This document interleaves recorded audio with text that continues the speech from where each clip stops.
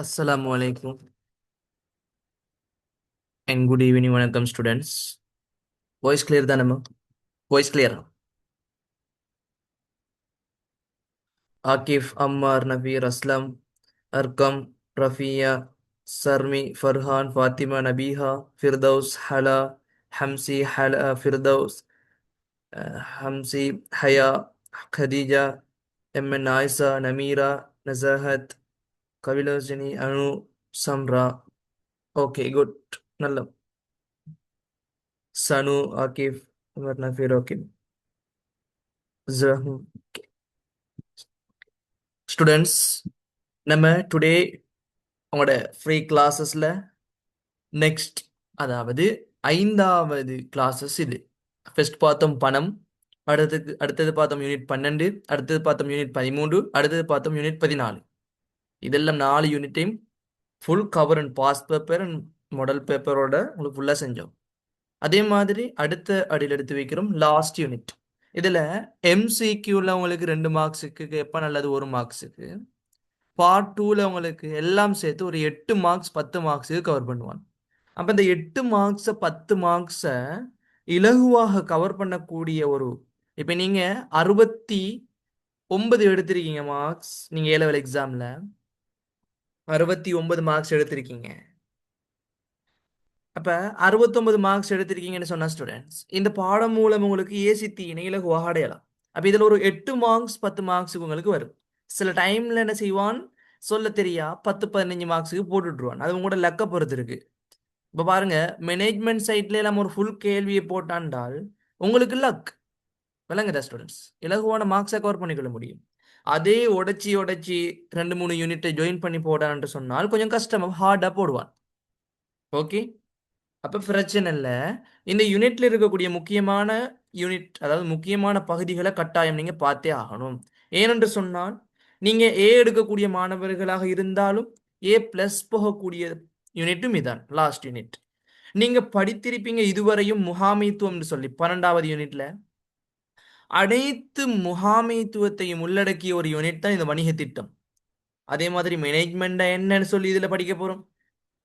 அதாவது அடுத்தது marketing management, சந்தைப்படுத்தல் முகாமைத்துவ திட்டம் தான் படிக்க போகிறோம். மனிதவள முகாமைத்துவ திட்டம், செயற்பாட்டு முகாமைத்துவ திட்டம், நிதி முகாமைத்துவ திட்டம். நீங்க அதுல படிச்சிருப்பீங்க எல்லாம் என்ன படிச்சிருப்பீங்க, அதற்குள் உள்ளடங்க வேண்டிய விடயங்கள். மார்க்கெட்டிங் என்ன, மார்க்கெட்டிங் பொருளாதாரத்துக்கு எவ்வாறு வழிவகுக்குது, சந்தை துண்டமாக்கல், அதே மாதிரி மேம்படுத்தல், 4Ps, அதெல்லாம் படிச்சிருப்பீங்க. சந்தைப்படுத்தலுக்குரிய அடிப்படை விடயம். ஆகையே இப்ப நீங்க சந்தைப்படுத்தல் விடயங்கள்லாம் உள்ளடக்கிய ஒரு பிசினஸ் பிளான், சந்தைப்படுத்தல் திட்டம் இதுக்குள்ளதான் இருக்கும். அப்ப லாஸ்ட் நீங்க ஒரு பிசினஸ் மேன் நாலேஜபிள் உங்களுக்கு வேணும்னு சொன்னால் நீங்க கொமர்ஸ்ல பிசினஸ் ஸ்டடிஸ் படிச்சாலே போதும், உங்களுக்கு ஒரு பிசினஸ் செய்யக்கூடிய நாலேஜ் இருக்கிறதுக்காக. அப்ப இங்க பாருங்க சொல்லியிருக்கிறான் பிசினஸ் ஐடியா, நீங்க அதை சொல்லியிருக்கிறான் பாருங்க, லாஸ்ட் யூனிட்லயே சொல்லியிருக்கிறான். இந்த ஹெட்டிங்கை பாருங்கம்மா ஸ்டூடெண்ட்ஸ், எல்லாத்தையும் டியூட் இருக்கும். இந்த பாருங்க என்ன சொல்லியிருக்கிறான், பிசினஸ் ஐடியா. அப்ப நீங்க ஒரு பிசினஸ் செய்யறேன்னு சொன்னால் இது ஐடியாவை தான் நீங்க குறிக்குது. ஓகே ஓகே, அப்ப பிசினஸ் என்ன ஸ்டூடெண்ட்ஸ், இன்னும் நீங்க யூனிட்டை படிக்கல, அதை படிக்கல, இதை படிக்கலன்ட்டு குழம்பி மோட்டிவேஷன் வேணும் சார், அது இதெல்லாம் இங்க தேவையில்லைம்மா. இப்ப இன்னும் உங்களுக்கு கொஞ்சம் காலம் தான் இருக்கு. நீங்க உங்களுக்கு 7 அளவு நல்லா படிங்க. உங்களுக்கு 7 அளவு அந்த யூனிட்டை படிக்கல, இந்த யூனிட்டை படிக்கல தேவையில்லை உங்களுக்கு. உங்களை இப்போ பேப்பர் செய்ய சொல்லியிருந்தேன், டாஸ்க்கு தந்திருந்தேன். ஓகேம்மா, சல்ஹா மட்டும் கண்டக்ட் பண்ணி பேசுவாங்க, ஹம்ரிதா, அதே மாதிரி அத்தீக் அவர் பேசுவார். அப்போ அவர் என்ன செய்வாங்க, டாஸ்கெல்லாம் செஞ்சு செஞ்சு ஃபோட்டோ பிடிச்சி அனுப்புவாங்க. அப்போ நான் எதிர்பார்த்துட்டு இருந்த நிறைய ஸ்டூடெண்ட்ஸ் போடுவாங்க, அப்போ யாரும் செய்யலைண்ணே. அப்போ ஓகே, அப்போ எனக்கு வானாம் சார், நான் சும்மா நார்மலாக படிச்சுட்டு போகிறேன் அப்படித்தான் இருக்கீங்க. அப்படி இருக்கக்கூடிய ஸ்டூடெண்ட்ஸ் செஞ்சிருக்க மாட்டீங்க. ஆனால் டாஸ்க்கு தாரது எனக்கு இல்லை ஸ்டூடெண்ட்ஸ். எஸ், ஆல்ரெடி படிச்சுட்டு அந்த ரெக்கார்டிங் கிடைக்கும் ஸ்டூடெண்ட்ஸ். ஓகே, விளங்குதா? அப்ப நான் உங்களுக்கு சொல்லக்கூடியது என்னன்னு சொன்னால்மா, நீங்க படிக்கிற காலம் இனி முடிவடைஞ்சிட்டு, படிக்கிற காலம் முடிவடைஞ்சிட்டு ஃபீல் பண்ணக்கூடாது. இப்ப இருக்கக்கூடிய காலம் என்ன, நீங்க ப்ரிப்பேர் ஆகக்கூடிய காலம். ப்ரிப்பேர் ஆகக்கூடிய காலம். எக்ஸாம் செய்வதற்குரிய ஒரு திட்டத்தை இப்ப நீங்க நிர்ணயிக்கணும். இன்னும் தியரியை ரிவிஷன் தியரியை படிக்க போறேன்னு சொல்லி நீங்க தியரியே படிச்சு கொண்டு தான் இருக்கணும். அப்ப நீங்க என்ன செய்யணும்? எக்ஸாம் செய்ய முடியாது. அப்போ ஓகே ஸ்டூடெண்ட்ஸ், அப்ப வரைவிலக்கணம் இன்னைக்கு நம்ம நேரத்தோட கிளாஸை முடிக்கலாம் இன்ஷா அல்லாஹ். ஓகே, அப்ப இங்க பாருங்க, வரைவிலக்கணம் வணிக எண்ணம் என்னன்னு சொல்றான்னு பாருங்க. அப்ப இங்க சொல்றேன்னு பாருங்க ஸ்டூடெண்ட்ஸ், நீங்க இதுல படிக்கக்கூடிய நோட்ஸ் இருக்குதானமா, வணிக திட்டம்னு சொல்லி இதுல எதுவுமே ஒரு புதிய விடயங்கள் படிக்க மாட்டீங்க. எந்த ஒரு புதிய விடயமுமே படிக்க மாட்டீங்க.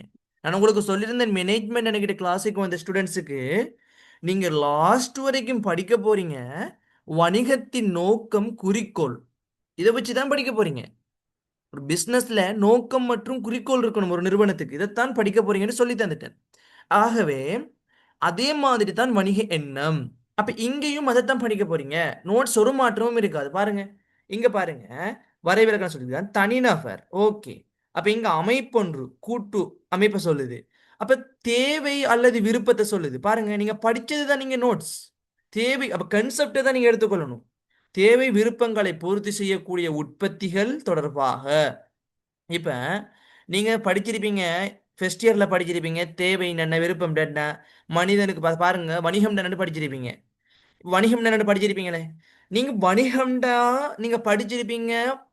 இலாப நோக்கம் மற்றும் இலாப நோக்கமின்றி மனித தேவை விருப்பங்களை பூர்த்தி செய்வதற்காக பொருட்கள் சேவைகளை உற்பத்தி செய்து பொருட்களை பங்கீடு செய்கின்ற எந்த ஒரு பொருளாதார கர்மமும் வணிகம் என படிச்சிருப்பீங்க.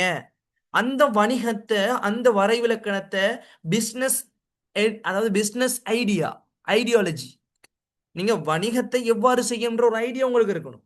ஓகே, அப்ப ஓகே குட், நல்லது. அப்ப ஸ்டூடெண்ட்ஸ், இங்க வர விலக்கணத்தை பாருங்க. தனிநபர் அல்லது அமைப்பொன்றின் தேவை அல்லது விருப்பங்களை பூர்த்தி செய்யக்கூடிய உற்பத்திகள்.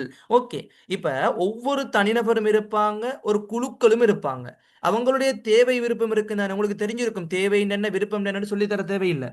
ஓகே, இப்போ உங்களுக்கு தேவை விருப்பம்லாம் படிக்கிற வச்சில்ல. நீங்க இப்ப ஏ லெவல் அட்வான்ஸ் லெவல் 20 எத்தனை எத்தனை டேஸ் இருக்கு உங்களுக்கு? அதே மாதிரி 23 நாட்கள் இருக்கு. 23 எனக்கு சரியா தெரியா?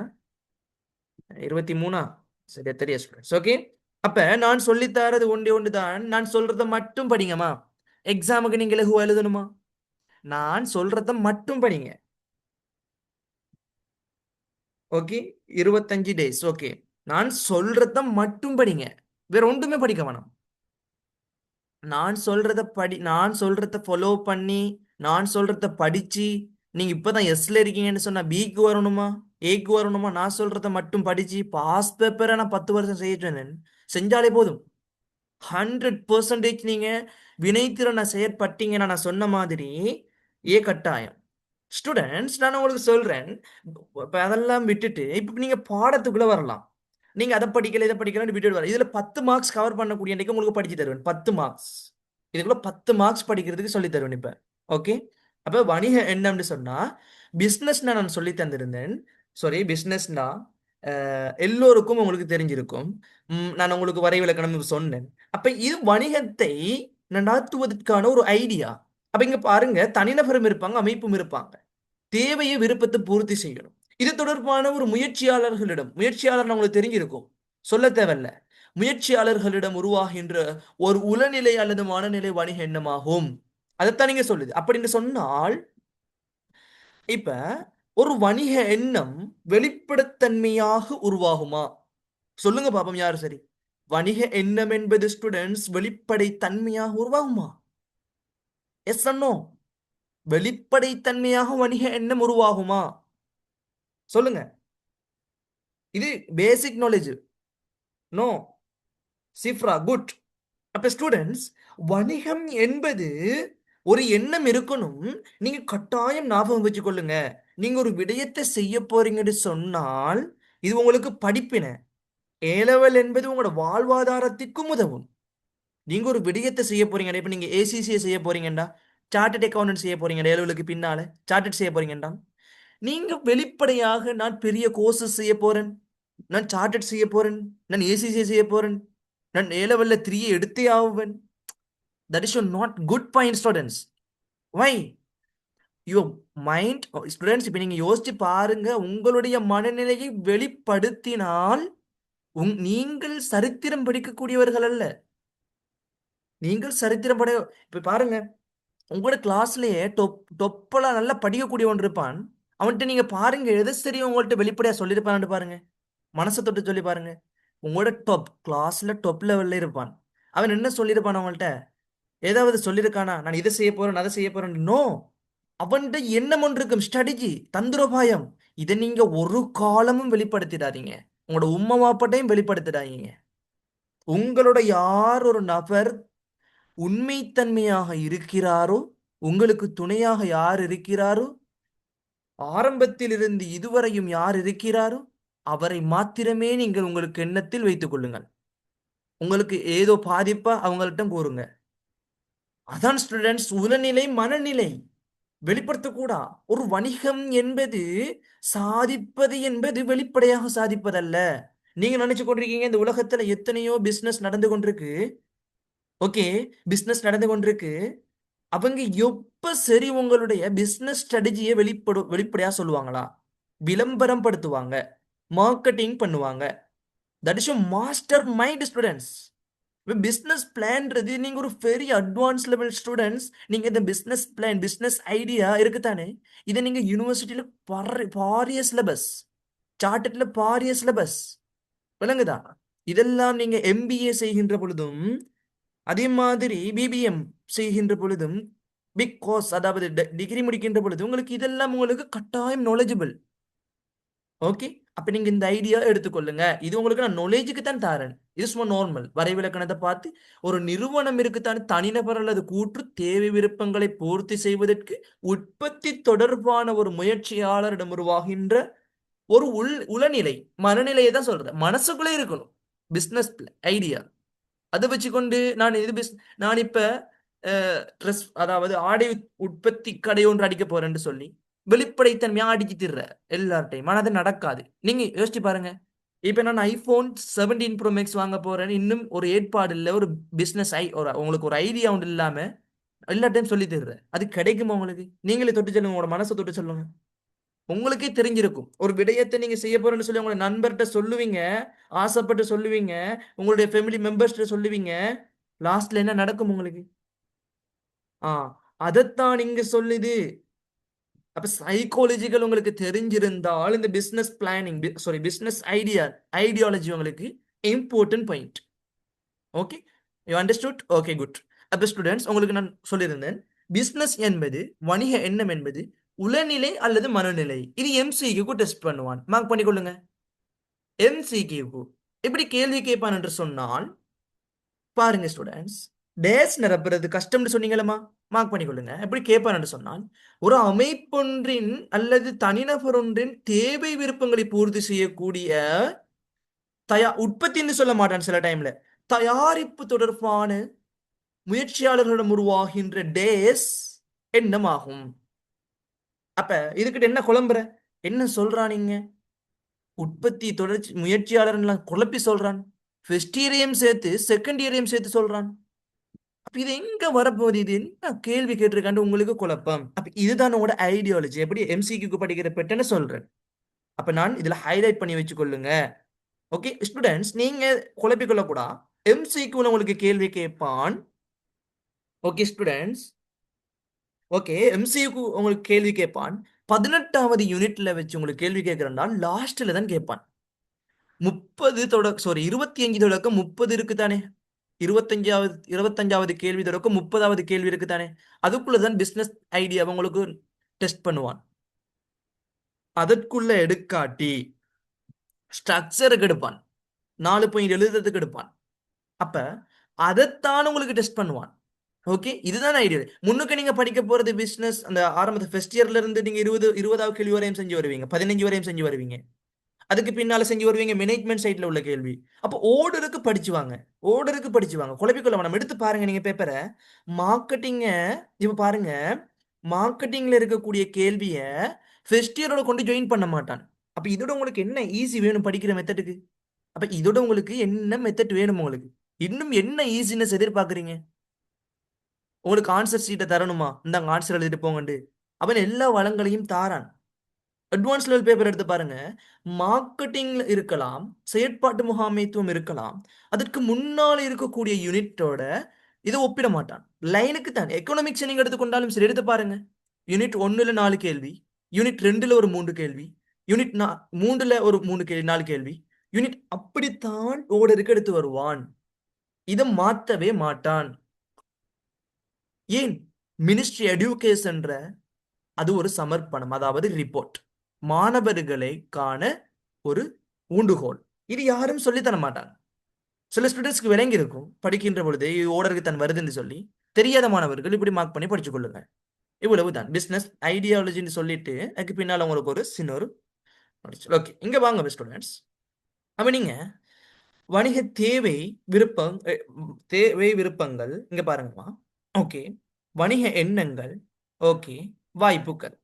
அப்ப இது என்னத்தை குறிக்குதுன்னு சொன்னா உங்களை குறியீடு மூலம் காட்டுது பாருங்க.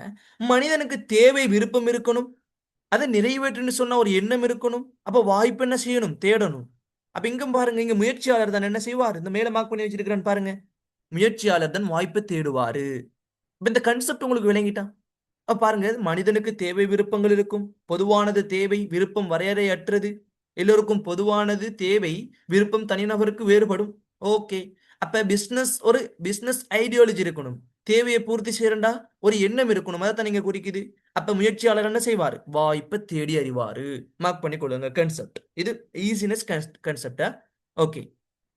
இப்போ ஓகே ஸ்டூடெண்ட்ஸ், வணிக எண்ணங்களின் பகுப்பாய்வு. ஸ்டூடெண்ட்ஸ், இப்ப நீங்க யோசிச்சு பாருங்க.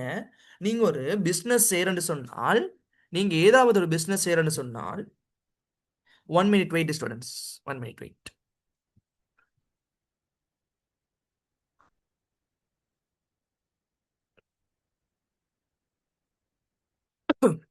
Okay students, good.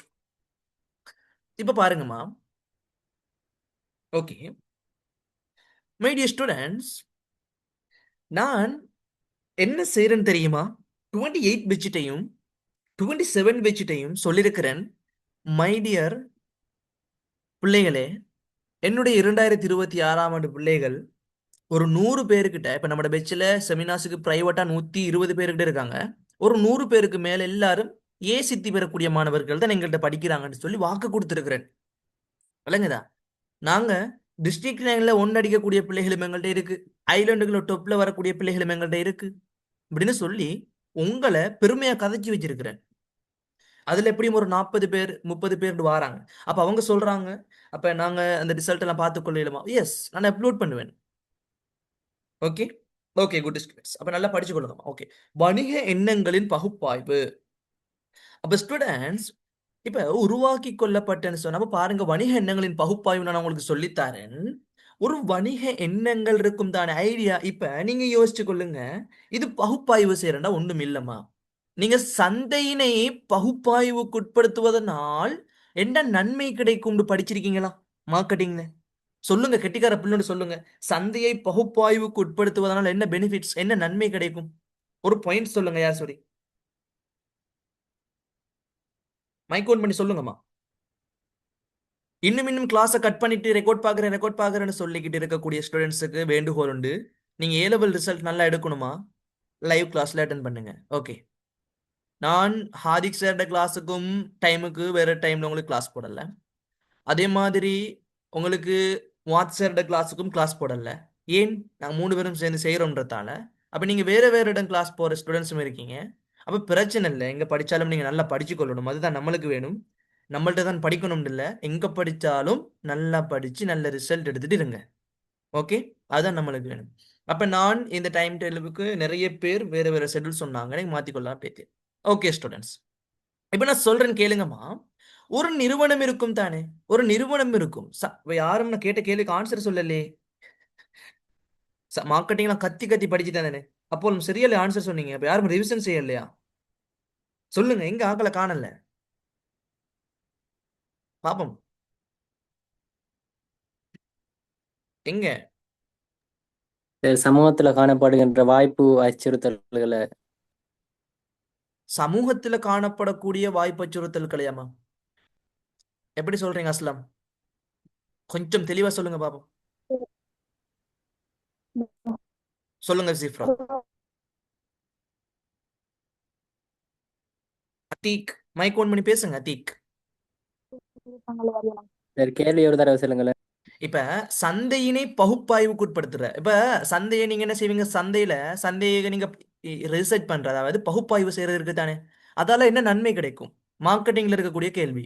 3-4 வருஷம் பாஸ் பேப்பர்ல தொடர்ச்சியா கேட்டிருக்கான். நான் அதை கேட்கிறேன் உங்கள்ட்ட. போட்டியாளர்கள் அறிந்து கொள்ள இயலும். ஓகே, நல்ல குட் பாயிண்ட் ஒன்று சொல்லுங்க. அப்ப இன்னும் 25 நாளில் எக்ஸாம் செய்ய போறீங்க. இந்த கேள்வி கட்டாயம் உங்களுக்கு டெஸ்ட் பண்ணப்படும். வேணும் இந்த கேள்வியெல்லாம் டெய்லி, அதாவது தொடர்ச்சியா கேட்கக்கூடிய கேள்வி. 2024ஆம் ஆண்டு கேட்கல, 2025ஆம் ஆண்டு கேட்கல. அப்ப 2 வருஷத்துக்கு பின்னால் உங்களுக்கு தூக்கி போடலாமா, இருக்கலாமா, அதாவது பொடி சாரி, தூக்கி போடலாமா, போடலும். ஓகே, அப்ப நீங்க என்ன செய்யணும்? நான் உங்களுக்கு என்ன சொல்லி தந்தேன்? 1 வீக்குக்கு ஒருக்கா ரிவிஷன் செய்யுங்க படிச்சத. அப்ப யாரும் பாருங்க, 50 பேர் இருக்கீங்க, இதுல யாரும் சரி ஒரு ஆள் போடுங்க, ஆன்சர் சொல்லுங்க. படிச்சு தராம நான் கேள்வி கேட்கல, படிச்சு தராம கேள்வி கேட்கல. மறுக்க ரிப்பீட் கேள்வி. கேள்வி திருப்பி ரிப்பீட் பண்ணவா? ஓ, சந்தையினைமா இப்ப நீங்க மார்க்கெட்டிங்ல உங்களுக்கு படிச்சு தந்திருந்தேன் ஸ்டூடெண்ட். சந்தையினை பகுப்பாய்வு அந்த நாலேஜ் எல்லாம் இருந்தால் நான் உங்களுக்கு சொல்லவா, மேனேஜ்மெண்ட்ல யூனிட் 12, யூனிட் 13 ஆபரேஷன் செயற்பாட்டு முகாமைத்துவம், அதே மாதிரி இருக்கக்கூடிய மார்க்கெட்டிங் சந்தைப்படுத்தல் முகாமைத்துவம், அதே மாதிரி நிதி முகாமைத்துவம், அதே மாதிரி மனிதவள முகாமைத்துவம், இதனுடைய உங்களுடைய அனைத்து முகாமைத்துவ டியூட்டும் உங்களுக்கு கிளியராக இருந்தால், பாஸ் பேப்பரும் செய்ததாக இருந்தால், இந்த பிசினஸ் பிளான் இருக்கிற இந்த வணிக திட்டம் யூனிட் இருக்குதான 18வது யூனிட் உங்களுக்கு தண்ணி மாதிரி இருக்கும். நான் எக்ஸாம் செய்கின்ற பொழுது இந்த யூனிட்டை நான் எடுத்தது கிளாஸ்ல போய் படிக்கல. நான் மேனேஜ்மெண்ட்ல இருக்கக்கூடிய 17வது யூனிட் வரையும் தான் படிச்சேன், தகவல் முறைமை வரையும். நான் இது தன்னால தான் படிச்சு கொண்டேன். ஏன்னு சொன்னால் அந்த நாலேஜ் இருந்தாலே போதும் இதுக்கு. அப்ப சந்தையினை பகுப்பாய்வுக்கு உட்படுத்துவதனால் ஏற்படக்கூடிய முக்கியத்துவம் அல்லது நன்மை சொல்லுங்க. உங்களுக்கு படிச்சு தந்திருக்கிறேன்.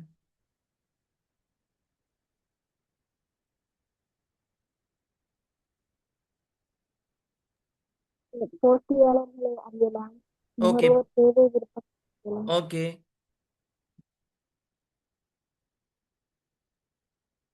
ஓகே ஸ்டூடெண்ட்ஸ், குட், நல்ல எல்லாரும் போயினும். ஓகே, குட் தான். அப்ப நான் உங்களுக்கு இன்னொன்னு சொல்லி தந்திருந்தேன், சந்தை துண்டமாக்கலினால் என்ன பெனிஃபிட்ஸ் ஏற்படும் சொல்லி தந்திருந்தேன். வேணும் நன்மை.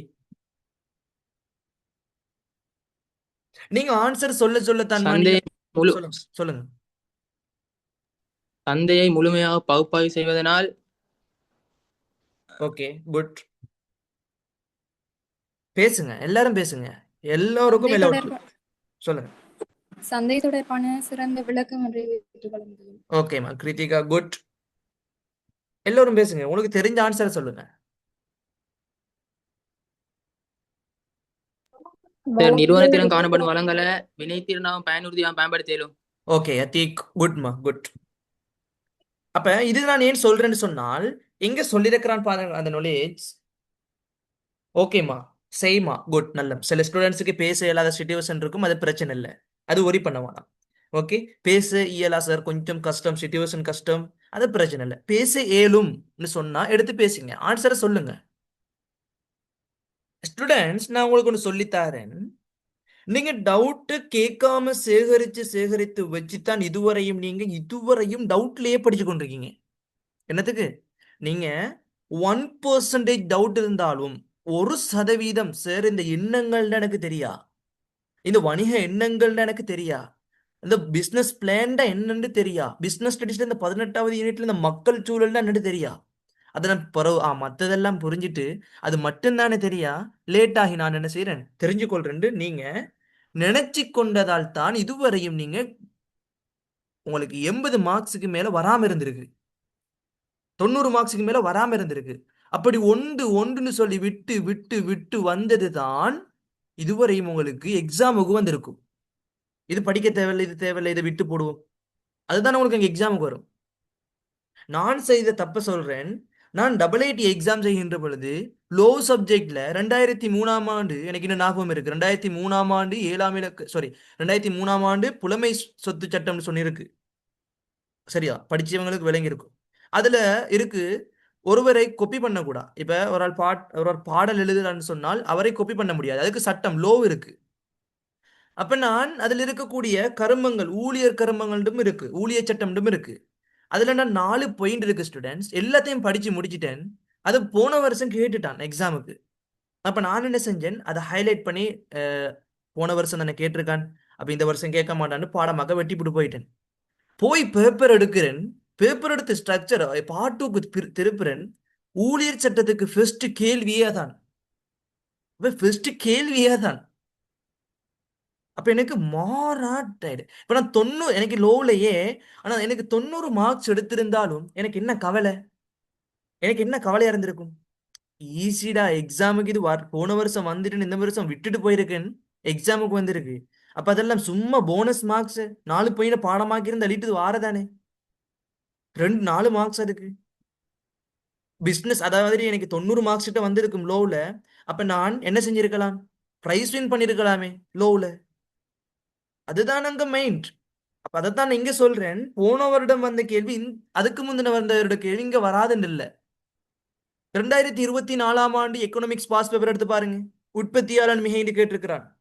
2025 போன வருடம் வந்த பாஸ் பேப்பர் எடுத்து பாருங்க, உற்பத்தியாளன் மிகைன்னு கேட்டிருக்கிறான். இங்க யாருக்கும் மாட்ட இயலாது. நீங்க 2025ஆம் ஆண்டு பாஸ் பேப்பர் ஃபுல்லா கரைச்சு குடிக்கணும், 2024ஆம் ஆண்டு பாஸ் பேப்பரை கரைச்சு குடிக்கணும், 2023 22 பாஸ் பேப்பர் யூ எக்ஸாம். நீங்க உங்களுக்கு எக்ஸாம் பேப்பர் லீக் தெரியுமா? உங்களுக்கு A level exam paper leak. என்ன சார் அப்படி சொல்றீங்க, எங்களுக்கு எடுத்தாங்கடா கேக்குறீங்க. 10 years past paper you exam paper. ஏன் எடுக்கணுமா? 10 வருட பாஸ் பேப்பர் உங்களுக்கு பார்க்காம செய்யலுமா? உங்களுக்கு ஏ வரும். அதான் உங்களோட ஏ லெவல் எக்ஸாம் பேப்பர். எந்த மாற்றமும் இல்லை. 10 years அல்லது 15 வருட past paper your exam paper. That is a good point. அறிஞ்சு கொள்றீங்களா? ஏற்றுக்கொள்றீங்களா? எஸ் ஒன்னோ செட் போடுங்க. நான் படிச்சு ஒவ்வொரு வருடமும் மாத்தி மாத்தி கேள்வி கேட்டதா இல்லையா? அத்தீக் நீங்க எனக்கு மெசேஜ் போட்டீங்க, என்ன சார் நீங்க படிச்சு தந்தே தான் எக்ஸாமுக்கு வந்து பேப்பர்ல எல்லாம் காண்றேன்னு சொல்லி. செட் போடுங்க, எஸ் ஒன்னோ. நான் படிச்சு தந்தது பாஸ் பேப்பரை தாண்டி சரி வந்திருக்கா? Yes sir, yes, good. Farhan okay, Sanu, Salha, Aslam, Sifra, Krithika, Fathi, Abi okay, Namira, Amsath okay, good. Thanushka yes sir okay, good. வேற யார் இருக்கீங்க? அப்ப வேற யாருக்கும் பாஸ் பேப்பர் இன்னும் செய்யல, அப்படி இருக்கீங்களா? இவ்வளவு பேர் தான் பாஸ் பேப்பர் செஞ்சு கரைச்சு குடிச்சிருக்கீங்க. அப்போ ஓகே, நசாகத் 100% சார் ஓகேமா, good. Ayesha good, yes sir. அப்ப நான் உங்களுக்கு சொல்றது பாஸ் பேப்பர் கரைச்சு குடிங்க, பாஸ் பேப்பர் தான் உங்களுடைய எக்ஸாம். நான் இதை சொல்லிட்டேன். நீங்க எக்ஸாம் பேப்பர் லீக் நீங்க எங்க போய் சொன்னாலும் பிரச்சனை இல்லை, என்ன போலீஸ் பிடிச்சிட்டு போனாலும் பிரச்சனை இல்லை. நான் உங்களுக்கு டைம் இருந்திருந்தாலும் உங்களுக்கு நான் என்ன செய்யறதுக்கு இருந்தேன்னு சொன்னால் 15 வருட பாஸ் பேப்பர் எடுத்து உங்களுக்கு கேள்வி எடுக்கிறேன். நான் எக்ஸ்பெக்டேஷன் கொஸ்டின்ஸ், எதிர்பார்க்கக்கூடிய வினாக்கள்னு சொல்லி. அப்ப நான் அதை ஏன் செய்யலைன்னு சொன்னா எனக்கு டைம் போதாம போயிட்டு. அதனால தான் நான் எக்ஸாம் பேப்பர் உங்களுக்கு வேற மாடல் பேப்பர் ஒன்று எடுத்தேன். ஆனால் அந்த மாடல் பேப்பர் உங்களுக்கு தரமான பேப்பர். 2 பேப்பர் செஞ்சேன், அதை ஃபுல்லா கரைச்சு குடிச்சிட்டு 5 வருஷம் 7 வருஷம் பாஸ் பேப்பரே செஞ்சுட்டு போங்க. எக்ஸாம்ல நீங்க ஏ எடுக்கணுமா, பி எடுக்கணுமா? உங்களோட ரிசல்ட் நீங்க 3A இல்லாட்டியும் எனக்கு இப்பதான் கொஞ்சம் கஷ்டம்னு சொன்னீங்கன்னு சொன்னால், நீங்க பி எடுத்தாலும் A2B 2AB ரிசல்ட் சொல்லக்கூடிய, வாயில தக்க வச்சு கொள்ளக்கூடிய ரிசல்ட் A2B 2AB நன்மதிப்புடைய ரிசல்ட். 3Aன்றது நல்ல result, excellent result. Okay, good. அப்ப இப்ப கொஞ்ச நாள் தான். ஓகே ஸ்டூடெண்ட்ஸ், அப்ப ஓகேமா, இப்ப நம்ம சிலபஸ்க்குள்ள வரலாம். நான் ஏன் இதை சொல்றேன்னா, இந்த டைம்ல உங்களுக்கு இது கட்டாயம் தேவை. இந்த டைம்ல தான் உங்களுக்கு இந்த நுணுக்கத்தெல்லாம் சொல்லி தரணும். இந்த எக்ஸாம் செய்யக்கூடிய மாணவர்களுக்கு இதெல்லாம் பேசணும். ஓகே, அப்ப நான் பகுப்பாய்வு ஏன் கேட்டேன் ஸ்டூடெண்ட்ஸ், இப்ப பாருங்கம்மா, நீங்க வணிக எண்ணங்கள் இருக்கு தானே, வணிக எண்ணங்களை பகுப்பாய்வு செய்யற இப்ப உங்களோட மனநிலை ரீதியா ஏற்படுறதுதான் ஒரு ஐடியாலஜி உங்களோட மனசுல இருக்கணும். ஒரு வணிக எண்ணம் தொடர்பாக ஒரு மனதில் இருக்கணும், உள்ள ரீதியா வெளிப்படுத்தக்கூடாதுன்னு சொல்லி தந்தேன். ஓகே, அப்ப ஸ்டூடெண்ட்ஸ் இங்க பாருங்கம்மா, இங்க பாருங்க, சொல்றான் சகல வணிக எண்ணங்களில் இருந்தும் பொருத்தமான வணிக எண்ணங்களையாம் ஓகே தெரிவு செய்வதற்காக அப்ப என்ன செய்யணும்? சூஸ் பண்ணணும். அவை அனைத்தையும் மதிப்பீட்டிற்கு உட்படுத்து. அப்ப நான் சொன்னேன் தானே.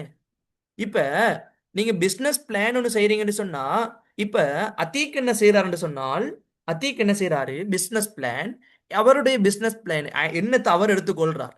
நான் என்ன செய்ய போறேன்னு சொன்னால், என்னுடைய ஆடை உற்பத்தி தொழில மல்டிநேஷனல் கம்பெனியா மாத்த போறேன். நான் கம்பெனி ஒன்று வச்சிருக்கிறேன், ஆடை உற்பத்தி மல்டிநேஷனல் கம்பெனியா மாத்த போறேன்னு சொல்லி ஒரு எண்ணம் எடுக்கிறார். மனநிலை மனம் ரீதியா, உள்ளம் ரீதியா ஒரு ஐடியாலஜி எடுக்கிறார். பிசினஸ் ரீதியான ஒரு ஐடியாலஜி நீங்க நினைச்சு கொள்ளுங்க. பிசினஸ் மேன் அப்ப என்ன முன்னெடுக்கிறாரு? அப்ப என்ன செய்யறாருன்னு சொன்னால், மல்டிநேஷனல் கம்பெனிக்கு ஈக்குவலா போனால், மல்டிநேஷனல் நீங்க படிச்சிருப்பீங்க, பல்தேசிய கம்பெனி, சர்வதேச ரீதியாக செயற்படக்கூடிய கம்பெனி.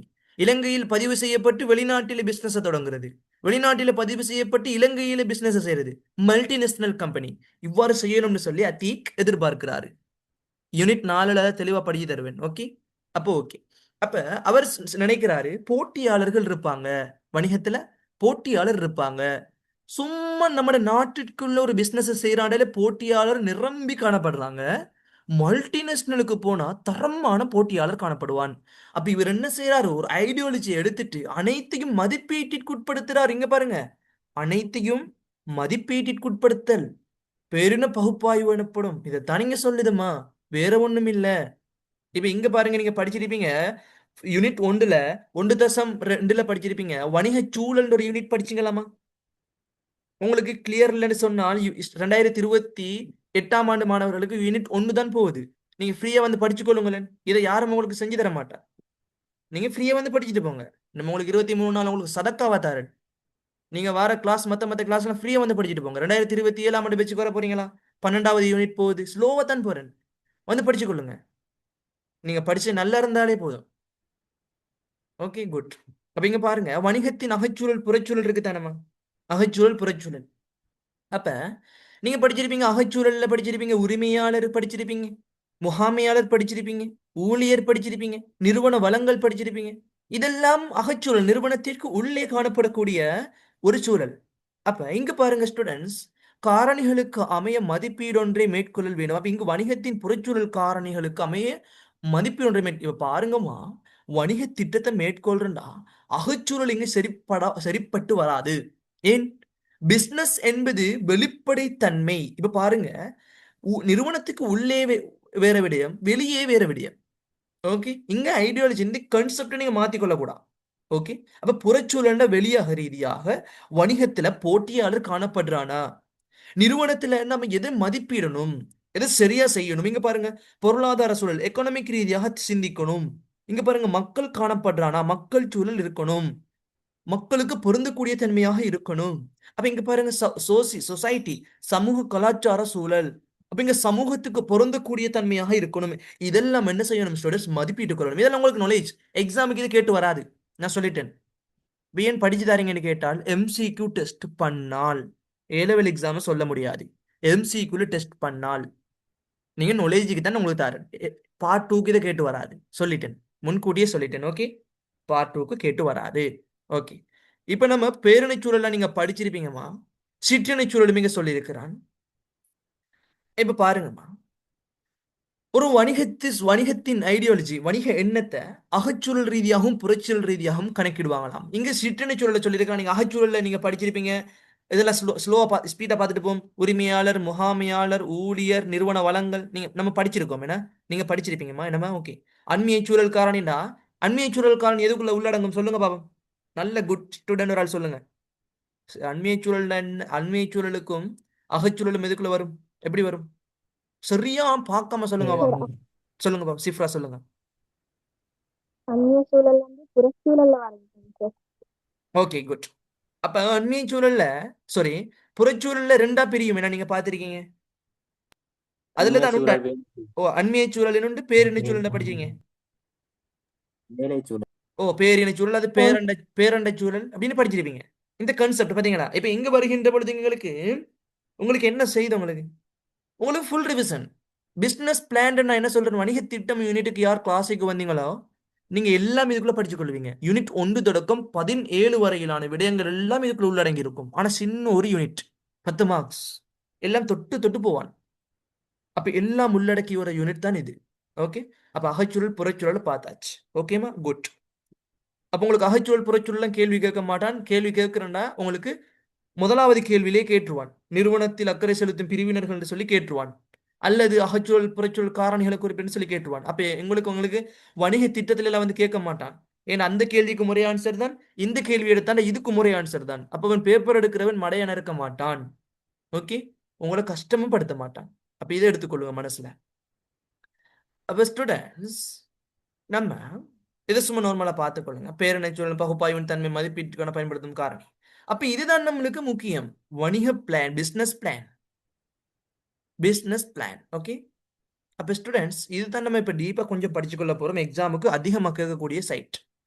அப்போ வணிகம் ஒன்றின் தூர நோக்கு ஸ்டூடெண்ட்ஸ், நான் மேனேஜ்மெண்ட் டியூட்டுக்கு வந்தவங்களுக்கு சொன்னேன், நல்ல ஞாபகம் இருக்கும் நினைக்கிறேன். நல்ல படிச்ச ஸ்டூடெண்ட்ஸ்க்கு ஞாபகம் இருக்கும். வணிக திட்டம் தொடர்பாக தூர நோக்கு இலட்சிய நோக்குன்னு சொல்லி தந்தேன். இதை நீங்க லாஸ்ட் வரையும் படிப்பீங்க. தூர நோக்கு அல்லது இலட்சிய நோக்கு, இலக்கு, நோக்கம், இதைத்தான் ஸ்டூடெண்ட்ஸ் இங்க பிசினஸ் பிளான்ல எல்லாம் டீப்பா படிப்பீங்கன்னு சொல்லி தந்தனா இல்லையா? யாருக்கு ஞாபகம் இருக்கு? ஓ சார், சிஃப்ராக்கு சொல்லி தந்திருக்கிறேன். இப்போ மற்ற ஸ்டூடெண்ட்ஸ் யாருக்கும் நான் சொல்லி தரல, அப்படியா? ம், ஓகே, ஓகேம்மா, குட். அப்ப நான் உங்களுக்கு சொல்லி தந்திருக்கிறேன். ஓகே, அப்ப ஸ்டூடெண்ட்ஸ் நீங்க வணிக திட்டத்துல இலட்சிய நோக்கு, தூர நோக்கு இருக்கணும். அதனை என்பவற்றின் நோக்கம் எப்படி நிர்மாணிக்கிற, எஸ் சார் சொன்னீங்க சார், குட், நல்லம. அப்ப அவற்றின் அடைந்து கொள்ளக்கூடிய வழிமுறையை உள்ளடக்கிய, எஸ் மேம் சொல்லி தந்தேன். ஓகே, குட், சொல்லி தந்திருக்கேன். அப்ப ஸ்டூடெண்ட்ஸ் பிசினஸ் பிளான்றது பாருங்கம்மா, இப்ப இதுக்குள்ள எல்லாம் உள்ளடங்குது. வணிகம் ஒன்ற தூர நோக்கு இருக்கணும், இலட்சிய நோக்கு இருக்கணும், இலக்கு ஒன்று இருக்கணும், நோக்கம் ஒன்று இருக்கணும். இதெல்லாம் உள்ளடக்கி நிர்மாணித்தல் சொன்னால் அது எல்லாம் உள்ளடக்கி செயற்படுத்தக்கூடிய அனைத்து வழிமுறைகளையும் உள்ளடக்கியதுதான் பிசினஸ் பிளான், வணிக திட்டம். ஒரு அட்டவணையை தயார்படுத்துற, இதைத்தான் நீங்க சொல்லுது. அப்ப நீங்க குழப்பிக் கொள்ளக்கூடாது. அப்ப நீங்க என்னத்தை பாடமாக்கணும்? தூர நோக்கு, இலட்சிய நோக்கு, இலக்கு, நோக்கம் என்பவற்றின் அனைத்தை நிர்மாணித்தல் மற்றும் அனைத்தையும் உள்ளடக்கிய ஒரு செயற்பாடு அல்லது வழிமுறைகளை உள்ளடக்கிய ஒரு அட்டவணை தான் வணிக திட்டம். சவுண்ட் விலங்க இல்ல சார். இப்ப ஓகே, கிளியராமா? உங்களுக்கு மட்டுமா கிளியர் இல்ல, எல்லாருக்குமா? Okay, good. இப்ப நான் படிச்சு தரேன், பாஸ் பேப்பரும் செய்வேன். அப்ப நீங்க பாஸ் பேப்பர் செய்கின்ற பொழுது உங்களுக்கு பாருங்க,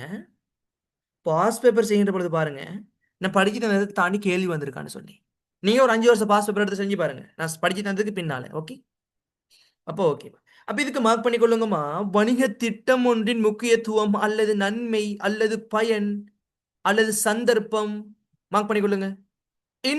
அதாவது இம்பார்ட்டன்ஸ் ஆஃப் பிசினஸ் பிளான் அப்படின்னா வணிகத்தின் திட்டம் ஒன்றின் முக்கியத்துவம் அல்லது நன்மை. ஸ்ட்ரக்சருக்கு கேட்பான், அங்க 4 பாயிண்ட் எழுதுவீங்க, அதுக்கு கேட்பான். இதுதான் நீங்க எம்சிக்கு படிக்கக்கூடிய மெத்தட். நான் இதுதான் ஒவ்வொரு யூனிட்லயும் மார்க் பண்ண சொல்லியிருக்கிறேன். தொடர்ச்சியா கிளாஸுக்கு வரக்கூடிய பிள்ளை பிசினஸ் ஸ்டடீஸ்ல A+ எடுக்கும். Okay, good. அப்ப வணிக திட்டம் ஒன்றின் முக்கியத்துவம் அல்லது நன்மை அல்லது பயன், இப்படி மார்க் பண்ணிக்கொள்ளுங்க.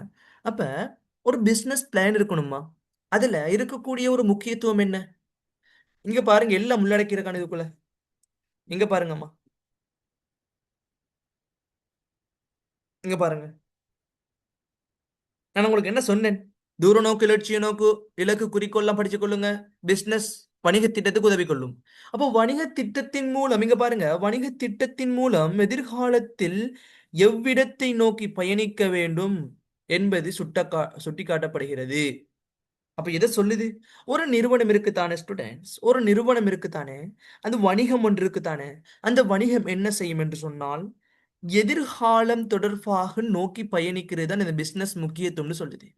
இப்ப ஐபோன் இருக்கான் தானே, அவன் ஃபியூச்சர்ல இருந்திருக்கும். எப்படின்னு சொன்னா, இந்த ஐபோன் லோகோ இருக்கு தானே, ஆப்பிள் லோகோ, அது என்ன செஞ்சிருப்பான்? அதைத்தான் நீங்க தூர நோக்குன்னு குறிப்பிட முடியும்.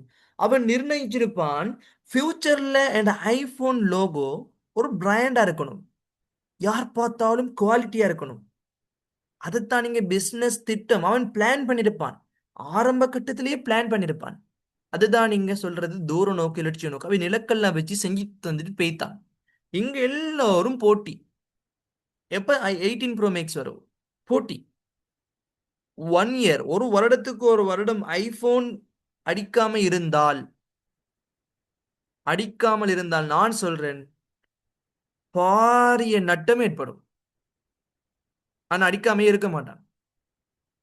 அதே தான் செய்தான் நொக்கியா தெரியும் தானே உங்களுக்கு? டச் ஃபோன் பாவிச்சிருப்பீங்க நிறைய பேர், நொக்கியான்னு சொல்லி டச் ஃபோன்.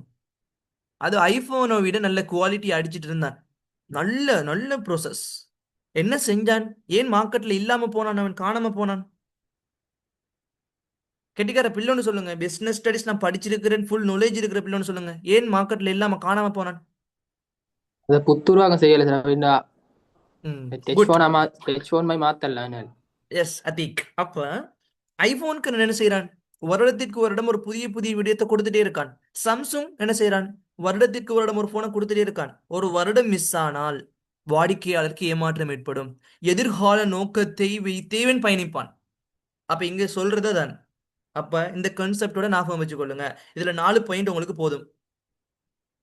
ஓகே, அப்ப நான் அந்த பாயிண்டை விட்டுட்டு இங்க பார்ப்போம். வணிகத்திற்கு தேவையான நிதி வசதிகளை பெற்றுக்கொள்வதற்கு. இப்ப ஸ்டூடெண்ட்ஸ், ஒரு நிறுவனம் இயங்குவதற்கு கட்டாயமாக தேவைப்படக்கூடியது என்ன? நிதி. அவன் லாபத்துக்கு என்னத்துக்கு போறான்? பணம் தேவை. என்னத்துக்கு நிறுவனம் ரன் பண்ணுது? பிராண்டை பதிக்கணும், பணம் தேவை, உழைக்கணும், சம்பாதிக்கணும். அப்ப பிசினஸ் பிளான் ஒன்று இருந்தால்தான். இப்ப பாருங்க, வணிக திட்டத்துல என்ன முக்கியத்துவம்னா, ஒரு முக்கியத்துவத்தை குறிச்சிட்டு என்ன செய்வன் என்று சொன்னால், வணிக திட்டம் தொடர்பான என்னென்ன தேவைகளை சரியான முறையில் நிறைவேற்றிக் கொள்கிறாரோ அவர் வணிகம் தொடர்பான நிதி வசதிகளாக இருக்கலாம், பலதரப்பட்ட வசதிகளை இலாபாரமாக பெற்றுக்கொள்வாரு. ஏன்? அவர் செஞ்சிட்டாரு ஸ்டூடெண்ட்ஸ், நன்மை பயக்கக்கூடிய முறையில் என்ன செஞ்சிட்டாரு? வணிகத்துக்கு தேவையான ஒரு திட்டத்தை அமைச்சு கொண்டுட்டாரு. இப்ப பாருங்க, ஃபைனான்ஸ் டிபார்ட்மெண்ட் ஒன்று அமைச்சிருப்பாங்க ஒரு நிறுவனத்துக்குள்ள. நிதி தொடர்பான ஒரு அக்கௌண்டன்ட் வச்சிருப்பாங்க. ஏன்? அது ஒரு திட்டம். அதன் மூலம் என்ன நன்மை கிடைக்குது? அப்ப பணத்தை இன்வெஸ்ட்மெண்ட் முதலீடு செய்கின்ற பொழுது ஒரு வணிகத்தின் திட்டம் பிளான் பண்ணி ஒரு ஒரு அதாவது ஐடியாலஜி எடுத்து பணத்தை முதலீடு செய்கின்ற பொழுது என்ன செய்யும் என்று சொன்னால், நிதி வசதிகளை பெற்றுக்கொள்வதற்குரிய அனைத்து வசதி வழிபாடுகளும் கிடைக்கும். அதைத்தான் நீங்க சொல்லுது. அப்ப இதுல ஒரு 4 பாயிண்ட கட்டாயமாக நீங்க பாடமாக்கி வச்சிருக்கணும். ஓகே, நம்ம மார்க் பண்ணிக்கொள்ளுங்க ரெட் மார்க்ல. வணிக திட்டம் ஒன்றின் நன்மை, அல்லது வணிக திட்டம் ஒன்றின் கிடைக்கப்படும் பயன், அல்லது வணிக திட்டம் ஒன்றின் முக்கியத்துவம். இப்படித்தான் குழப்பி கேட்பான். நான் உங்களுக்கு கேள்வி கேட்கிற மெத்தடே சொல்றேன். டிரெக்டா போய் உங்களுக்கு கேட்க மாட்டான். வணிக திட்டம் ஒன்றின் முக்கியத்துவம் 4 தருக. அப்ப இந்த டைம்ல பிள்ளைகள் என்ன செய்யற? நான் கேட்பான் கேள்வி. வணிக திட்டம் ஒன்றின் கேட்பான். வணிக திட்டம் ஒன்றின் வணிக திட்டம் ஒன்றின் மூலம் கிடைக்கக்கூடிய பயன்கள் அல்லது நன்மைன்னு கேட்டான். நான் படிச்சது வணிக திட்டம் ஒன்றின் முக்கியத்துவம் தானே, இம்பார்ட்டன்ஸ் தானே. அப்ப எனக்கு எப்படி? அதுக்கு நான் அப்படி படிச்சது இல்லைன்னு போட்டு விட்டுட்டு ஜென்ரல் ஆன்சர் எழுதிட்டு வார. வாயில வந்ததையும் மூளையில நினைச்சதையும் கையால என்ன எழுத வந்ததையும் எழுதிட்டு வார. அந்த டைம்ல உங்களுக்கு மார்க்ஸ் வெட்டிப்படும். அப்ப நான் மேல சொல்லிட்டேன், எப்படி மார்க் பண்ணிக்கொள்ளுங்க. ஓகே ஓகே, இங்க பாருங்கம்மா, 6வது பாயிண்ட் பாருங்க. ஷார்ட் பாயிண்டத்தை உங்களுக்கு விளக்கப்படுத்துற ஞாபகம் நிற்கிறதுக்கு. வணிகத்தின் செயலடைவினை மதிப்பீடு செய்வதற்கு பயன்படுத்தக்கூடியதாக இருத்தல். அப்ப ஸ்டூடெண்ட்ஸ், இப்ப பாருங்க, ஒரு பிசினஸ ரன் பண்ணி செயற்படுத்தக்கூடியதாக இருக்கிறதுக்கு இப்ப நீங்க யோசிங்களேன். நீங்க ஒரு பிசினஸ் மேனா யோசிங்களேன். உங்களுடைய வாப்பா இருக்கலாம், உங்களுடைய பிரதர் யார் சிஸ்டர் யாராக இருக்கலாம். என்ன செய்வாங்க? ஒரு பிசினஸ் செய்வாங்க. அதற்கு ஒரு திட்டத்தை அமைப்பாங்க தானே. இப்ப எந்த வாப்பா, நீங்க உங்களோட இதுல யார் சரி பிசினஸ் மேன் இருப்பாங்க, உங்களோட வாப்பா, உங்களோட மதர், யார் சரி ஒரு ஆள் இருப்பாங்க, உங்களோட பிரதர், உங்களோட ஃபேமிலியில யார் ஒரு ஆள் இருப்பாங்க. அவங்க பிளான் பண்ணுவாங்க. எப்படின்னு சொன்னாலும் கொழும்புக்கு ஹோல்சேலுக்கு போய் சாமான் எடுத்து வர, திங்ஸ் அதாவது குட்ஸ் பொருள் எடுத்துட்டு வரதுக்கு யோசிப்பாங்க, ஸ்டோக் பண்ணி கொண்டு வைக்க. அப்ப அதுக்கு ஒரு பிளான் ஒன்று செய்வாங்க தானே. அதன் மூலம் என்ன முக்கியத்துவம்? உங்களோட வாப்பாக்கோ உங்களோட பிரதருக்கோ யாருக்கு என்ன முக்கியத்துவம் கிடைக்கின்றத நீங்க. அப்ப உங்களோட பிரதரோ உங்களுடைய அதாவது மதர் யாராக இருக்கலாம், உங்களோட ஃபேமிலி மெம்பராக இருக்கலாம். அப்ப நீங்க நினைச்சு கொள்ளுங்க, நான் வணிக திட்டம் தொடர்பாக ஒரு செயலடைவு, கொழும்புக்கு போய் என்ன செய்யறேன், பொருள் சரியாக இருக்கா, திட்டத்திற்கு ஏற்றவாறு பொருள் கிடைக்கப்பெறுதா மதிப்பீடு செய்வதற்கு பயன்படுத்தக்கூடியதாக இங்க இருக்கு. அதுதான் அங்க சொல்லுது. இது தாண்டி உங்களுக்கு ஒன்றும் சொல்லல. இதான் பாயிண்ட். நீங்க பிசினஸ் செய்கின்ற பொழுது நீங்க ஹோல்சேல் கொழும்புக்கு போய் என்ன செய்றீங்கன்னு சொன்னால் பொருள் ஒன்றை எடுத்து வருவதற்காக என்ன செய்றீங்க, ஒரு திட்டத்தை அமைச்சிட்டீங்க. அதன் மூலம் என்ன நன்மை கிடைக்கும், திட்டத்தை அமைச்சிட்டீங்க. ஆ திட்டத்தை ஏன் அமைக்கிறீங்கன்னு சொன்னால் ஒரு செயலை செய்யறதுக்கு அதை மதிப்பீடு செய்வதற்கு இங்க பயன்படுத்தக்கூடியதாக இருக்கும். ஓகே, அப்ப இந்த பாயிண்ட் இலகுவானாகவும் இருக்குமா இல்லையா? ஓகே, அப்ப இங்க பாருங்க, இந்த பாயிண்ட் ஞாபகம் வச்சுக்கொள்ளுங்க. இலகுவான பாயிண்ட் 4 பாயிண்ட் போதும். பிசினஸ் பிளான்ல நான் படிக்கிற மெத்தடை சொல்றேன். பூந்து படிக்க வேணாம். நான் சொல்றத பாடமாக்கிட்டு சும்மா மேலால படிங்க. இந்த கேள்வி சூஸ் பண்றவங்களுக்கும் ஈஸியா இருக்கும், எம்சிக்யூ செய்யறதுக்கும் ஈஸியா இருக்கும். அப்ப இங்க பாருங்க, மேற்பார்வை செய்தல் மற்றும் கட்டுப்படுத்தல் இலகுவானதாக இருக்கும். இப்போ வணிக திட்டம் ஒன்று இருக்கு தானே ஸ்டூடெண்ட்ஸ். அப்போ வணிக பிளான் ஒன்று இருக்கும். இப்போ நீங்க ட்ரிப் போறண்டா என்ன செய்வீங்க ஸ்டூடெண்ட்ஸ்? யோசிங்களேன். சும்மா பேக்கையும் தூக்கிட்டு ஒவ்வொரு டைம் 50,000 கேஸ் எடுத்துட்டு ட்ரிப் போவீங்களா? ட்ரிப் பிளான் ஒன்று அமைப்பீங்க. நுவரலியாவுக்கு டுடே, அதாவது 7ஆம் சும்மா சொல்றேன், 20ஆம் தேதி நுவரலியாவுக்கு போறோம், 22ஆம் தேதி கொழும்புக்கு போறோம். அப்ப ஒவ்வொரு கேகால போறோம், கண்டி போறோம். ஒவ்வொரு நாளும் ஒவ்வொரு திகதியை நீங்க என்ன செய்றீங்க, பிளான் ஒரு திட்டம் ஒன்று இடுறீங்க. அதே மாதிரி தான் இங்க வணிகம் தொடர்பான ஒரு திட்டம்.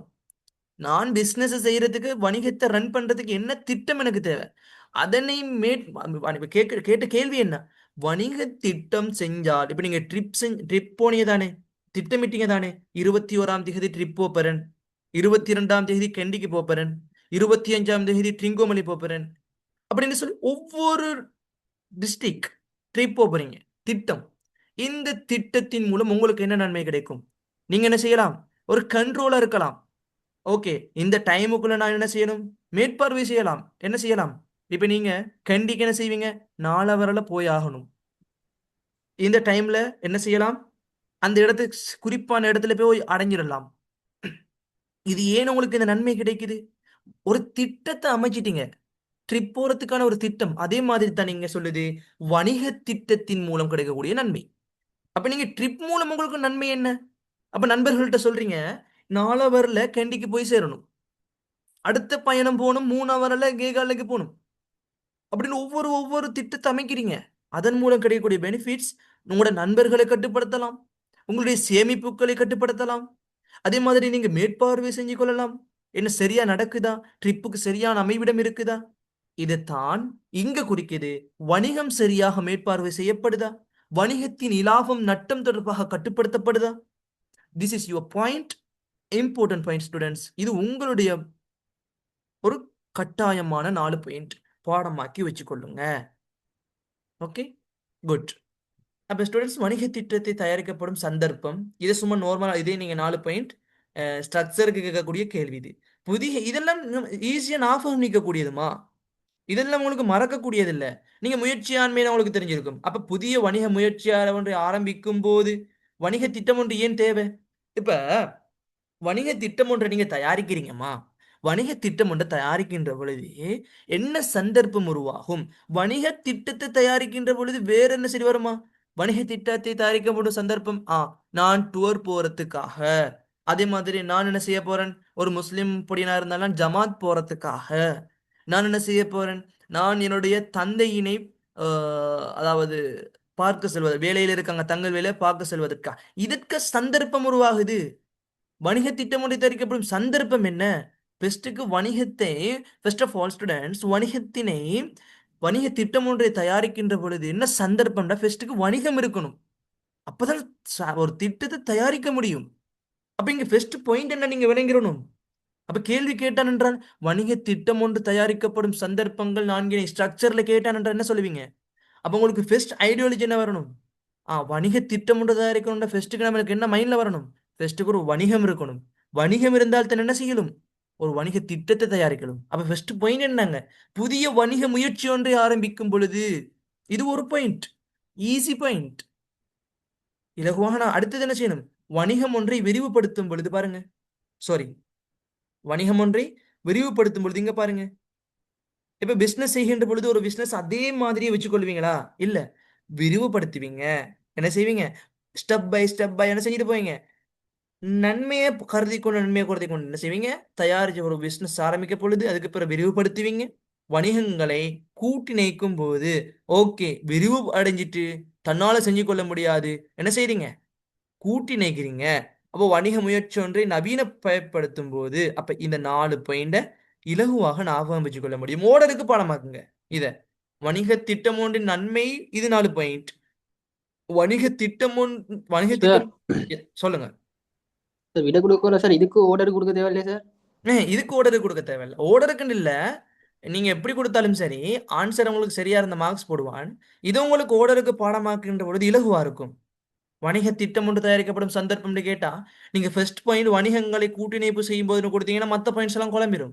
இங்க பாருங்க, வணிக பெஸ்ட்டுக்கு திட்டம் ஒன்று தயாரிக்கும் பொழுது பாடமாக்குறதுக்கு நான் உங்களுக்கு பாடம் நிக்கிறதுக்கு ஈஸி மெத்தட் தான் சொல்றேன். விளங்குதா? இப்போ புதிய வணிக முயற்சி ஒன்றை ஆரம்பிக்கும் பொழுது ஒரு வணிக திட்டத்தை தயாரிக்கிறேன்னு சொன்னா என்ன செய்யணும்?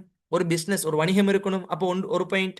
அடுத்தது என்ன செய்யணும்? அந்த வணிகத்தை அவ்வாறே வைத்து பூட்டிக் கொள்ளாமல் விரிவடைய செய்யணும். 2வது பாயிண்ட். அப்ப பாருங்க, வணிகம் ஒன்றை விரிவுபடுத்தும் போது அப்ப அடுத்த ஸ்டெப் பை என்ன?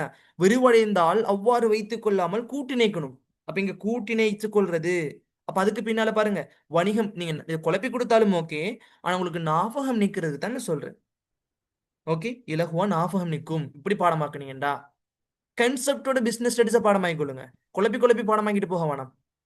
ஓகே ஓகே ஸ்டூடெண்ட்ஸ், இது எக்ஸாமுக்கு வந்த கேள்வி. 2019, 2021, 2023 வணிக திட்டம் ஒன்றை தயாரிக்கும் பொழுது கவனத்தில் செலுத்திக் கொள்ள வேண்டிய விடயம் தொடர்ச்சியா கேட்டுக்கொண்டிருக்கான். 2024 கேட்கல, 2025 கேட்கல. அப்போ உங்களுக்கு கேட்கலாம், மார்க் பண்ணிக்கொள்ளுங்க. உங்களுக்கு ஸ்ட்ரக்சர்ல கேட்கலாம், 4 மார்க்ஸ் எழுதக்கூடியதுல கேட்கலாம். அல்லது வணிக திட்ட MCQ 1 தொடக்கம் 30 கேட்பான். வணிக திட்டம் ஒன்றை தயாரிக்கும் பொழுது கவனத்தில் கொள்ள வேண்டிய விடயங்களில் அல்லாதது 4 பாயிண்ட் தந்துட்டு அல்லாதது ஒன்றை தருவான். அப்ப நீங்க என்ன செய்யணும்? அல்லாததை இலகுவா காணக்கூடியதா இருக்கும். ஃபர்ஸ்ட்டுக்கு வணிக திட்டம் ஒன்றை தயாரிக்கும் பொழுது பாருங்க ஸ்டூடெண்ட்ஸ், பாருங்க, வணிக திட்டம் ஒன்றை தயாரிப்பதற்கு வணிகத்திடம் சிறந்த விளக்கம் ஒன்றினை கொண்டிருக்க வேண்டும். ஓகே, முழு திட்டம் இங்க பாருங்க, தெளிவான எல்லை இருக்கணும். இப்ப வணிக திட்டத்தை நீங்க தயாரிக்கும் பொழுது இப்ப சொல்லுவாங்களே, நீங்க A-level ஸ்டூடெண்ட்ஸ் நீங்க ஸ்டார்ட் பண்ணுகின்ற பொழுது 2028 பேஜுக்கு சொன்னேன். நீங்க உங்களோட A-level 2 வருட A-level எக்ஸாம் நீங்க 2 வருடத்துல எக்ஸாம் செய்வீங்க. 100% நீங்க என்ன செய்யணும்? ஃபோக்கஸா இருக்கணும் A-levelல மட்டும். இன்ஸ்டாவா இருக்கலாம், டிக்டாகா இருக்கலாம், ஃபேஸ்புக், உங்களோட சோசியல் மீடியா அனைத்தையும் நீங்க என்ன செய்யுங்க? ஆஃப் செஞ்சு வச்சிருங்க. ஆஃப் செஞ்சு வச்சிருங்க. அப்ப இங்க தெளிவான எல்லை இருக்கணும். அதெல்லாம் விட்டுட்டு A-levelல மட்டும் படிங்க. ஒரு ஸ்டூடெண்ட் கால் பண்ணி கேட்கிறாரு பாருங்க, எப்படி நாலேஜ் எவ்வளவு கிடைச்சிருக்கு அவருக்கு பாருங்க. 2028ஆம் ஆண்டு 2 வருடத்துக்கு பின்ன சின்ன பொடியன் ஒன்று கால் பண்ணி கேட்கிறான், சார் நான் EET செய்யாம A-levelோட ACCA செய்யவா? ஏன் வாப்பா அவ்வளவு அவதி? நல்லம் தான், பிரச்சனை இல்ல, நல்ல ஐடியா, ACCA செய்யலாம் இல்லைன்னு இல்ல. உம்மா வாப்பா என்ன செய்யறாங்க இதை கேட்டேன். அவர் சொன்னாரு, உம்மா வாப்பா நல்ல வசதி தான் சார். அப்போ ஓகேமா, ACCA செய்யுங்க. ஃபர்ஸ்ட் ரிஜிஸ்டர் ஃபீஸ் 2,50,000 வரையும் போகுது. எக்ஸாம் ஃபீஸ் நீங்க டாலர்ல பே பண்ணணும் 60,000 ஒரு பாடத்துக்கு. 60,000 75,000 60,000 ஒரு பாடத்துக்கு. ஆனா CA அப்படி செய்யறா அப்படி இல்லை, EET செய்யறா அப்படி இல்லை. ஆனால் ஈக்குவல் தான். நீங்க CA முடிச்சால் ACCA ஃபைனல் லெவல்ல ஒரு 2-3 பாடம் ஒரு பாடம் தான் செய்ய வரும். ACCA முடிச்சா CAல உங்களுக்கு ஒரு பாடம் 2 பாடம் தான் செய்ய வரும். அப்ப ஏன் நீங்க ACCAக்கு இப்ப போறீங்க? சொல்லி கொடுத்தேன். அப்ப அவர் தெளிவான எல்லையில அவர் ஃபோக்கஸ் பண்றாரு. கேட்டேன், நீங்க என்ன செய்ய போறீங்க? நான் A-levelோட ACCA அல்லது EET ரெண்டுல நான் ஒன்று செய்ய போறேன் சார். ஃபோக்கஸா இருக்காரு. ஓகே, நான் சொல்லி கொடுத்தேன், நீங்க EETயோட A-level செய்யுங்கம்மா. ஏனென்று சொன்னால் EET தமிழ் மீடியம் இருக்கு. நீங்க EET தமிழ் மீடியம் படிக்கின்ற பொழுது உங்களுக்கு A-levelக்கு இலகுவா இருக்கலாம். ஆகவே நீங்க ACCA சூஸ் பண்ணி ACCA படிக்கின்ற பொழுது உங்களுக்கு ACCA இங்கிலீஷ் மீடியம். அப்ப அங்க ACCA நீங்க இங்கிலீஷ் மீடியம் படிக்கின்ற பொழுது நீங்க இங்க A-levelலையும் இங்கிலீஷ் மீடியம் சூஸ் பண்ணணும். ஆனால் ACCA நீங்க இங்கிலீஷ் மீடியம் படிக்கின்ற பொழுது அக்கவுண்ட்ஸ் நிறைய செய்யணும். அப்போ உங்களுக்கு இலகுவாக கன்செப்ட் வச்சுக்கொள்ளலாம். ஆனா A-levelல நீங்க பிசினஸ் ஸ்டடிஸாக எக்கனாமிக்ஸா இருந்தாலும் நீங்க இங்கிலீஷ் மீடியம் படிக்கின்ற பொழுது உங்களுக்கு நாலேஜ் இருக்காது. A-levelல நீங்க 3 எடுத்துக்கொள்ள மாட்டீங்க. அவருக்கு நாலேஜை கொடுத்தேன். அப்ப அவர் என்ன செஞ்சாரு? அவருடைய வாழ்வு நடையை, அவருடைய A-level பயணத்தை சரிப்படுத்தி போக்கஸ் பண்ணிக்கணும், குவிமையப்படுத்தல். தெளிவான எல்லை எடுத்துக்கொண்டாரு. இது ஒரு எக்ஸாம்பிளுக்கு சொல்றேன். ஓகே, அப்ப நீ யாருன்னு ஃபர்ஸ்ட் நீ விளங்கணும். இதை நீங்க நினைச்சுக்கொள்ளுங்க. ஒவ்வொரு மனதிலையும் நீங்க கண்ணை மூடிக்கணும்னு நினைச்சுக்கொள்ளுங்க. நீ யார்? உம்மா வாப்பட காசை செலவழிச்சிட்டு வீட்டுல உட்கார்ந்துட்டு தன்னால உம்மா வாப்பட காசுல செலவழிச்சு திண்டுட்டு இருக்கேன். உம்மா வாப்பாட நீங்க கண்ணை மூடிட்டு யோசிங்க. உம்மா வாப்பாட செலவுல தான் இவ்வளவு வருடம் உடை, சாப்பாடு, வாகனம், பயணம் அனைத்தும் செஞ்சு கொண்டிருக்கேன். அப்ப இதுக்கு பின்னால நீ என்ன செய்ய போறா? எதுல ஃபோக்கஸ் பண்ண போறா? இன்னும் படிக்காம உட்கார்ந்து கொண்டு என்ன செய்ய போறா? ஃபோக்கஸ் இல்லாம, குவிமைப்படுத்தல் இல்லாம, தெளிவான இல்லை இல்லாம என்ன செய்ய போறா? இன்னும் உம்மா வாப்பாட கேச நீ வேஸ்ட் தானே பண்ண போற. நீங்கள் முன்வைக்கின்ற ஒரு எதிர்பார்க்கின்ற பொருள் அல்லது சேவை எது? நீங்க எதை செய்ய போறீங்க? குவிமயப்படுத்த தெளிவான எல்லை இருக்கணும். இப்ப நீங்க யாருன்னு உங்களை நீங்க விளங்கிக் கொள்ளணும். எதை செய்ய போறீங்கன்னு உங்களுக்கு ஒரு தெளிவு இருக்கணும். வணிகத்தை ஆரம்பிப்பது எவ்வாறு? இப்ப நீங்க இப்ப வணிகம் ஒன்று பாருங்க. இப்ப நீங்க யாருன்னு விளங்கிக் கொள்ளணும். பிசினஸ் செய்யறதுக்கு ஒரு knowledge இருக்கான்னு விளங்கிக் கொள்ளணும். இப்ப நீங்க உடுப்பு, ஆடை உற்பத்தி செய்ய போறீங்களா, அல்லது ரப்பர் உற்பத்தி செய்ய போறீங்களா, அல்லது ஏதாவது ஒரு உற்பத்தி வகையை செய்ய போறீங்களா, ஏதாவது ஒரு ஹோட்டலை செய்ய போறீங்களா? இப்ப நீங்க ஆடை உற்பத்தி தொழிற்சாலை அமைச்சிட்டு ஹோட்டலுக்கு இறங்கலாமா? இல்ல. அப்ப நீங்க என்ன செய்யல? ஒழுங்கான தெளிவான இல்லை, ஒழுங்கான ஒரு ஃபோக்கஸ் இல்ல. அதைத்தான் நீங்க சொல்லுது. அப்ப நீங்க என்ன செய்யணும்? நீ யார் என்று நீ ஃபர்ஸ்ட்டுக்கு அடையாளம் படுத்தி கொள்ளுனைய. உனக்கு எது ஏழுமோ அதை மட்டும் செய். அதற்கு பின்னால் என்ன செய்? நீ முன்வைப்பதற்கு எதிர்பார்க்கப்படுகின்ற நீ ஆடை உற்பத்தி தொழிற்சாலையை செய்ய போறியா? ஆடை உற்பத்தியை மட்டுமே செய். ஏன் ஐபோன் இதுவரையும் இவ்வளவு பிராண்டடா இருக்கான்? அவன் ஐபோனை மட்டும்தான் உற்பத்தி செய்யறான். சாம்சங் ஏன் இன்னும் இடத்த மார்க்கெட்டை ஏத்துறான் இல்ல? ஏன் ஐபோனுக்கு ஈக்குவலா சாம்சங் வாரான் இல்ல? ஐபோன் என்ன, சாம்சங் என்ன செய்யறான்? இங்கே எஸ் மாடல்லே மடிச்சு வரான். இங்கே என்ன செய்யறான்? வேற சாமானிய மக்களும் யூஸ் பண்ணக்கூடிய பொருள் அடிச்சு வரான். அவன் ஒழுங்கான ஃபோக்கஸ்ல இல்ல. என்ன செய்யறான்? அவன் அங்காலையும் கவனிக்கணும் இங்க. ஆனா ஐபோன் என்ன இருக்கு? ஐபோன்ல என்ன பெனிஃபிட்ஸ்? என்ன என்ன செஞ்சு கொண்டிருக்கான்? ஃபோக்கஸ். என்ன ஃபோக்கஸ்ல இருக்கான், தெளிவான எல்லையில இருக்கான். 1 இயருக்கு ஒருக்க ஒரு ஃபோன் தான் அடிக்கணும். நீ யார்? IPhone logo brand. ஓகே, நீ முன்வைக்கக்கூடிய பொருள் என்ன? ஐபோன். வருடத்திற்கு வருடம் நீ வணிகத்தை ஆரம்பிப்பது எவ்வாறு? அவன் ஐபோன் வணிகத்தை, அதாவது ஐபோன் அவன் என்ன செஞ்சிருக்கிறான்? ஐபோன் உற்பத்தி செஞ்சு எவ்வாறு ஆரம்பிப்பதுன்னு சொல்லி ஆரம்ப கட்டத்திலே அவனை விளங்கி கொண்டிருப்பான். இதனை விருத்தி செய்வது எவ்வாறு, மார்க்கெட்டிங் எவ்வாறு, அதற்குரிய ஸ்ட்ராட்டஜியை யூஸ் பண்ணியிருப்பான் என்பவற்றில் தெளிவான எல்லை இருக்கணும். இதன் மூலமா தான் இவ்வளவு காலமாக KFC எடுத்து பாருங்க, ஹபீரியாஸ் எடுத்து பாருங்க, நோ லிமிட் எடுத்து பாருங்க, மல்டிநேஷனல் கம்பெனி எடுத்து பாருங்க, அந்த பொருள்ல மட்டுமே இருப்பான். நம்ம ஊர்ல இருக்கக்கூடிய வணிகம் இருக்குதானமா? நம்ம ஊர்ல இருக்கக்கூடிய வணிகம் இருக்குதானே? அவனுங்களை பார்த்து பாருங்க. நீங்க என்ன செய்வான்னு சொன்னால், இன்றைக்கு ஒரு கடையை செய்வான், பிசினஸ் ரன் ஆக, பிசினஸ் உடனே மார்க்கெட்டை பிடிச்சு கொள்ளலாமா? மார்க்கெட்டை அடிபடணும், நொந்து போகணும், நூலாகணும். இதன் மூலமாகத்தான் நீங்க முன்னேறலாம். விளங்குதா? அப்ப ஸ்டூடெண்ட்ஸ், நான் உங்களுக்கு சொல்றேன், பிசினஸ்ல நொந்து போகணும். அப்ப உங்களோட ஏரியால இருப்பான் பாருங்க, ஒரு நாள் போன் ஷாப் ஓபன் பண்ணிருப்பான். நார்மலா ஒரு பிசினஸ் சரியாக லாக்கள் வாரலன்னு சொல்லி கடையை பூட்டிட்டு என்ன செய்வான்? கொழும்புக்கு இல்லாட்டி வெளிநாடு சென்றுவான். இவ்வாறு இருக்கக்கூடியவன் என்ன செய்வான்? அவனுங்களுக்கெல்லாம் இறைவன் கொடுக்கிறான், சாதிக்கிறான், நம்மளுக்கு தானே தாரான் இல்ல. இது கதையா? இது ஒரு கதையா? சொல்லுங்க. நோ. இறைவன் கொடுக்கிறதுக்கு நீங்க முயற்சி செய்யணும். ஒண்ட மட்டும் செய்யுங்க. அதே மாதிரி தான் பாருங்க, அந்நிய மதமாக இருந்தாலும் ஐபோன் இருக்கான், நோ லிமிட் இருக்கான், அவன்கிட்ட என்ன முண்டா இருக்கு? ஆடை உற்பத்தி. இங்க பாருங்க, போன், ஐபோன் லோகோ. அவன் என்ன செய்யறான்? ஐபோனை விட்டுட்டு ஐபோனுக்கு கீழே இருக்கக்கூடிய வேறு சாதாரண மனிதர் எல்லாரும் யூஸ் பண்ணக்கூடிய பொருள் அடிக்கிறானா? இல்ல. உங்களுக்கு எண்ணம் இருக்கணும் ஸ்டூடெண்ட். நீங்க யோசிச்சு கொள்ளுங்க. நான் ஏ எடுக்க 3A எடுக்கணும், எண்ணம் சிதறக்கூடா. நான் கொமர்ஸ் ஸ்ட்ரீம் சூஸ் பண்ணணும். அப்ப இந்த எண்ணத்தை மட்டுமே எடுத்துக்கொள்ளுங்க. இதுதான் உங்களுடைய வாழ்வாதாரத்திற்கு. நீங்க இவ்வளவு படிச்ச பிசினஸ் ஸ்டடிஸ் படிச்சிருப்பீங்க. யூனிட் 1ல இருந்து யூனிட் 17 வரையில படிச்ச பிசினஸ் ஸ்டடிஸ் நீங்க உங்களுடைய A-level எக்ஸாம் மட்டும் knowledge கொஞ்சம் இருக்கும்.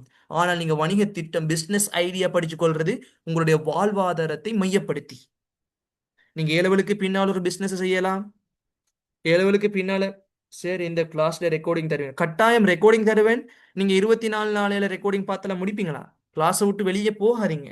ரெக்கார்டிங் பார்த்து முடிக்கிறது சாத்தியம் இல்லை, கஷ்டம். ஓகே, இதுதான் தெளிவான ஃபோக்கஸ் ஒன்று இருக்கணும். அப்போ வாடிக்கையாளர், கஸ்டமர் இருக்கணும். வணிக திட்டத்தினை தயாரிக்கும் போது கஸ்டமர் கட்டாயம் இருக்கணும். ஏன்? ஒரு இலக்கு வைக்கிறது யாரை வச்சு இலக்கு வச்சு கொள்ளுவாங்க? கேஎஃப்சி நிறுவனம் நான் உங்களுக்கு சொல்லி தந்தேன், நீங்க வந்தீங்களே தெரியா அந்த கிளாஸுக்கு. கேஎஃப்சி நிறுவனம் பாருங்க, கேஎஃப்சி இருக்கு தானே, கேஎஃப்சி கம்பெனி. கேஎஃப்சி எங்க மக்களை மையமாக கொண்டு என்ன செய்வான்? ஒரு பேன் ஒன்று இருக்கும், அதுக்கு ஃபுல்லா கேஎஃப்சி ஸ்டிக்கர் எல்லாம் ஒட்டி ஒரு சோங் போடுவான். இப்ப சிங்கள மக்கள் வாழ்வாதாரம் இருக்கக்கூடிய இடத்துல சிங்கள சோங் போட்டு என்ன செய்வான்? கேஎஃப்சி அந்த சூழலை சிங்கள மக்களுக்கு ஏற்ற மாதிரி மையப்படுத்திக் கொள்வான்.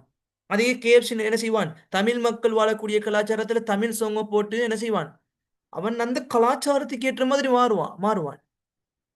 அப்ப கஸ்டமர் டார்கெட், வாடிக்கையாளர் இலக்கு நிர்ணயிக்கணும். அதுதான் நீங்க சொல்லுது. வணிக திட்டம் ஒன்றை தயாரிக்கும் பொழுது வாடிக்கையாளர் கட்டாயமாக இங்க